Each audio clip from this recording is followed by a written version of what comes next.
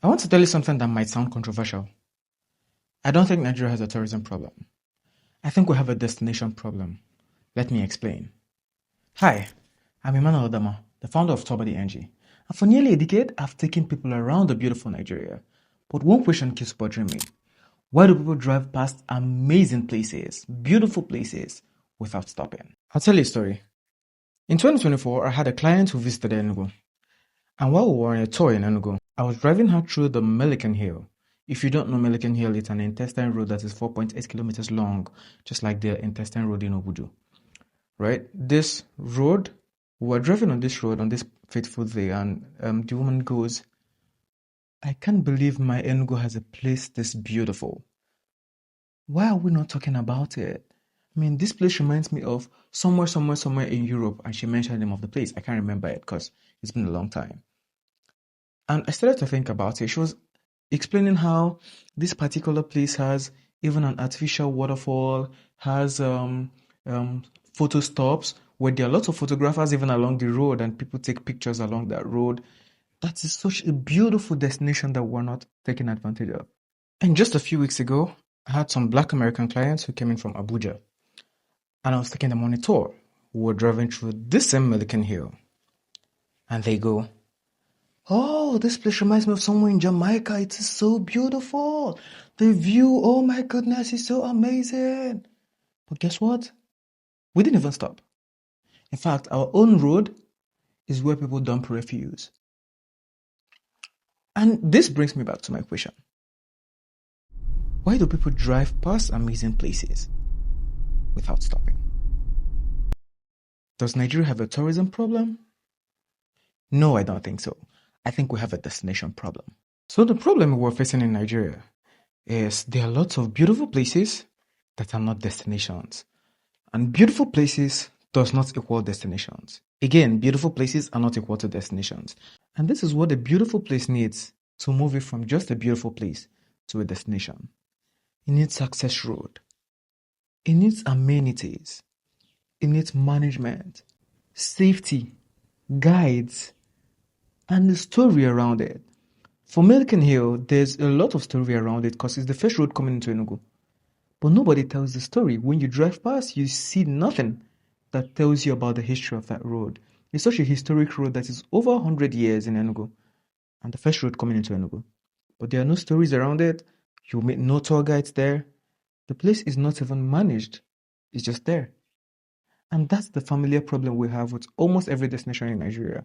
We have the raw materials that are never harnessed. Food, marketing, accommodation, activities, amenities are some of the other things that are put into a place before it moves from just a beautiful place to a destination.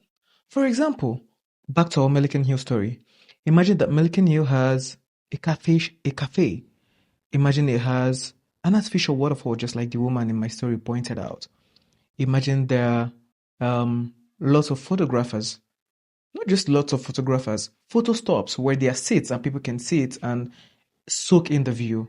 Imagine there is a viewing point where you sit by the cliff and watch the view of the city. Imagine there are activities, maybe like a zip line from the top of that cliff, of that hill, down into somewhere in the city. Now, do you think this same destination people will stop? Of course, I bet you do. And you know one other thing about interesting, amazing places? It's not just for one-time visit. Is it revisitable? Like, can people revisit it? Can I revisit it after I visited the first time? It's not just to visit a place. Yeah, there are places that you visited, probably there are places you visited and you don't want to go back there. Yeah, it's a beautiful place, but no, I don't want to go back. Yeah, just like my clients, I took them to a home waterfall, and one of them goes, "Oh yeah," in the comment section. I appreciate the fact that I was able to do this, but do I want to go back? Nah, I don't want to go back. And you know why? It's an hour walk from where the car will stop to the waterfall. There is no other option. Now imagine there are other options. There is no access road. Now imagine that it's possible to shorten the drive or the walk to the waterfall to maybe 5 or 10 minutes. Imagine that there was maybe a cable car to take you closest to the waterfall. Imagine that there was maybe quad bikes to take you to the waterfall. Imagine that there was helicopter service to take you from maybe a mountain, a hill, closest to a waterfall. Now, many people will visit and revisit because it's just moved from being a destination and it's turned to become an experience for them. Now, I want you to imagine with me that Milken Hill had a zip line where you go from the top to somewhere in the city. Imagine with me that it had maybe artificial waterfalls, a viewing point where people can stand along the road and watch the city without the grasses. Imagine there was a mural on that wall, on the walls, or somewhere, paintings that tells the story and history about the road. And as you drive by, you immerse yourself in the beauty and the history of the road. Imagine that there was the road was properly lit even at night, because at night there are no street lights there. Imagine there was photo stops where people can sit. Imagine that we don't dump refuse on that road. Imagine there was proper management for that road. Many more tourists will visit it because it's such an important gateway and historic landmark in Enugu. And it's the first road coming to Enugu, like I said before, that prompted the calling of Enugu, Enugu. And that made Enugu the coal city when coal was found in 1909. Now imagine Milliken Hill had a viewing deck, had a cafe where you can find some local foods, street foods, popular Igbo street foods, maybe coffee. Grab a coffee, take small chops and stuff like that. Imagine with me that it had murals along the road that immerses you in the culture and history of the people and the place. Imagine that as you drive past that road, there's an ambient sound of maybe traditional Igbo music that fills you from the beginning of the hill to the end of it. It feels like a 5-minute drive through an experience of Igbo music, culture, and lifestyle.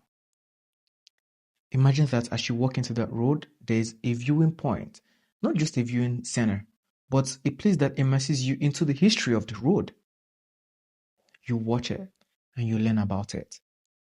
I can assure you that 90% of the people who drive past that road do not even know the history.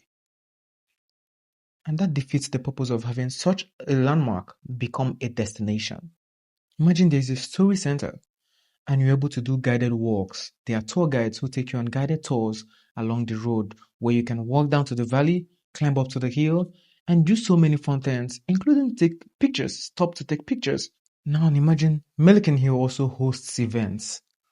There are walking tours and lots of other events, cultural events, nature and landscape experiences, lots of events brought there, and it has a management. Would you visit? And you know, this is not just about Milliken Hill or Home Waterfall or Obonike Cave or Idonre Hills or Arinta Waterfalls. It's about Nigeria. Tourism is really not about showing people places. It's about creating places people want to visit again and again and again. And just like I said before, it's about creating places that people want to experience. Experience is the word. Not just a place people go to see what is happening there, where they go to experience it. And it depends on the things that are found there. It's not just a natural landscape. So you tell me, what's one place in Nigeria you think should become a real destination? Tell me in the comments. And until next time, let's build better destinations.